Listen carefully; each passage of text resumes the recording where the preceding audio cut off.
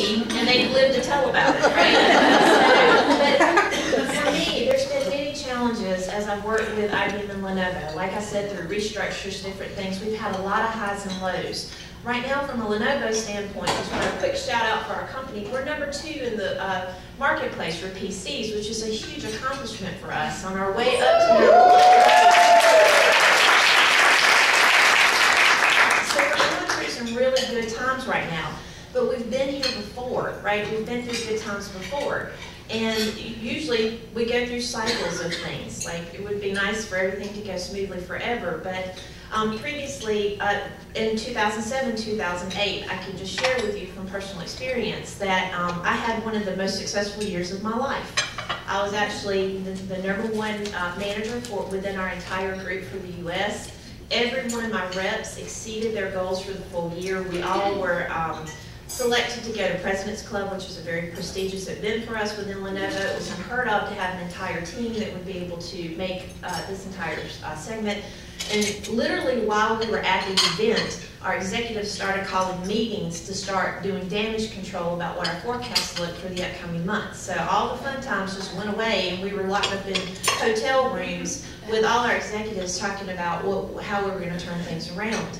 And through this experience and through other experiences, I can tell you that there's a few key things from a sales perspective or from life in general that I've learned from it. And one is to make sure that we never take anything for granted. So even in the best of times, when we're working with our customers or even in our personal relationships, right, it's important to recognize and to continue to grow and nurture those relationships. From a sales perspective, it means, and within Lenovo, we call it protecting our base. So it means making sure for those customers that do good business with us, we don't take our eye off the ball. We continue to make sure that we're following up with them. We don't assume anything. We check in constantly to say, how is your level of satisfaction with us? What do we need to do to adjust? How can I work with you better?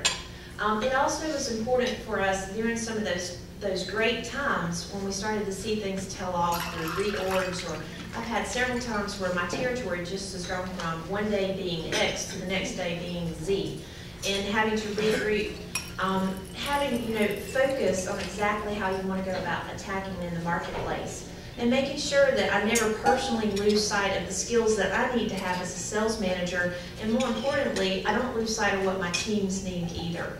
So as we've been through some of these times, I've had to refocus and really look at what are some of the key skills that my team has. One person cannot accomplish what a team of people can get done. So understanding what is it about the people that I work with that I need to utilize to make sure as a team we move things forward, but never losing sight of giving back to the individuals and making sure that we recognize their contributions.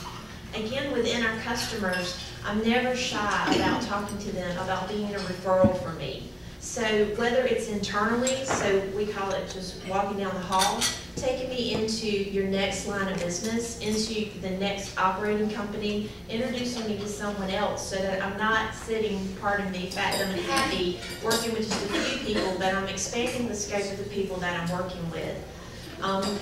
And also saying, are you happy with what I'm doing? Fantastic, because I'm trying to get the business down the street, and I think you know them, and can you help me with that? Because many of our customers are very willing to do that for us.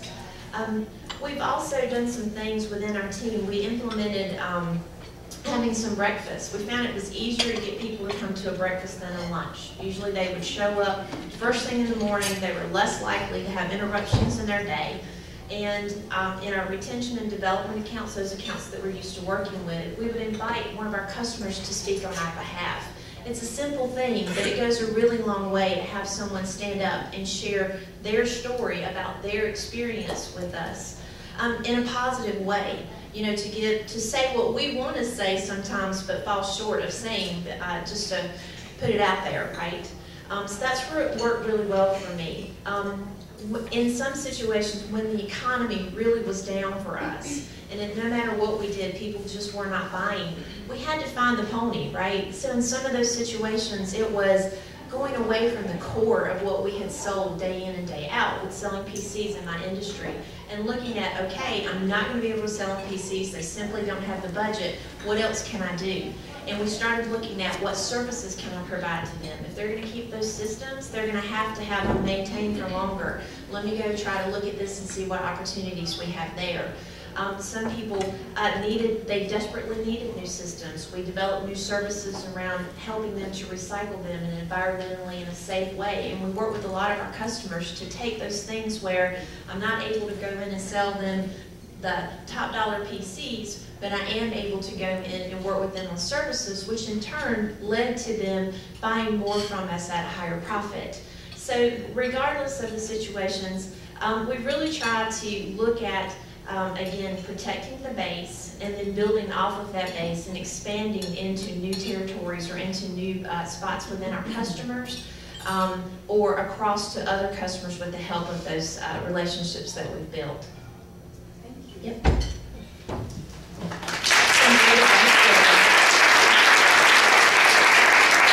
Great advice from Kim that really carries across multiple platforms in different lines of work. Speaking of trying to find the pony, I had to tell one of my colleagues, I think you'd complain if you won the lottery.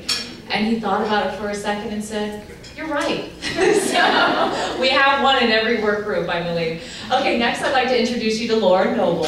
She has created her own boutique law firm in Durham, focusing exclusively on employment law. Laura moved to New York earlier in her career, worked as a prosecutor in one of the largest and most challenging district attorney's offices in the country.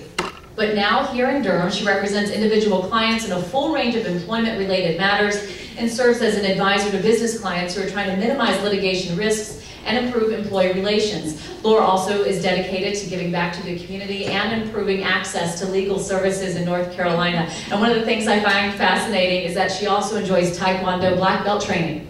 So if you don't work well with her, she'll whip you into shape. Just kidding. Please welcome Laura Noble.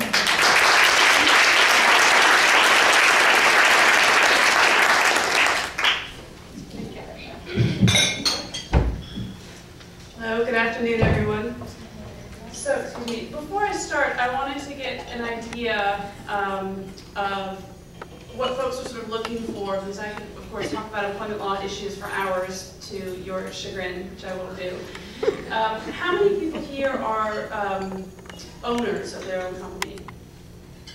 A handful. And how about either HR representatives or decision makers about hiring and firing employees? So that makes about maybe 3/4 of the group. And then employees, the rest? Okay, great. So I'm going to try to do a little bit of both, which works out well because that's what my practice is, a little bit of both. I represent individual employees who come to me because they're having some issue in the workplace around either the conditions of their work, their hiring, often their termination. And I also advise businesses who are trying to usually they're trying to solve a particular problem, and what we end up doing is advising them in ways to improve their employee relations. And I really emphasize that part because minimizing litigation risk can be accomplished 90% of the time by improving your employee relations. So if you are focused on that part, then the minimizing the litigation risk becomes a lot easier. But in terms of getting to our theme of things that go bump in the night and should scare you as business owners or cause you some concern, recent statistics show the Department of Labor estimates that up to 70% of businesses still misclassify their employees. Misclassification means either you're classifying people who work for you as independent contractors when they're not, or you're classifying them as exempt employees when they're not. Does everyone understand what I mean by, we'll start with independent contractors. Pretty much understand that part, and exempt, non-exempt? So this is my favorite line from the Department of Labor. It should be easy, but it's not. So the state and federal law requires everyone, almost everyone, to be paid minimum wage and overtime for the work that they do for you. If they are not required, if you're not required to pay them that, they're considered exempt. Those are very few positions that are actually now considered exempt, and there are certain categories for you to determine whether they're exempt or not. And employers get themselves into trouble because they assume certain myths that circulate makes people exempt, like, well, I pay them a salary. Therefore, I don't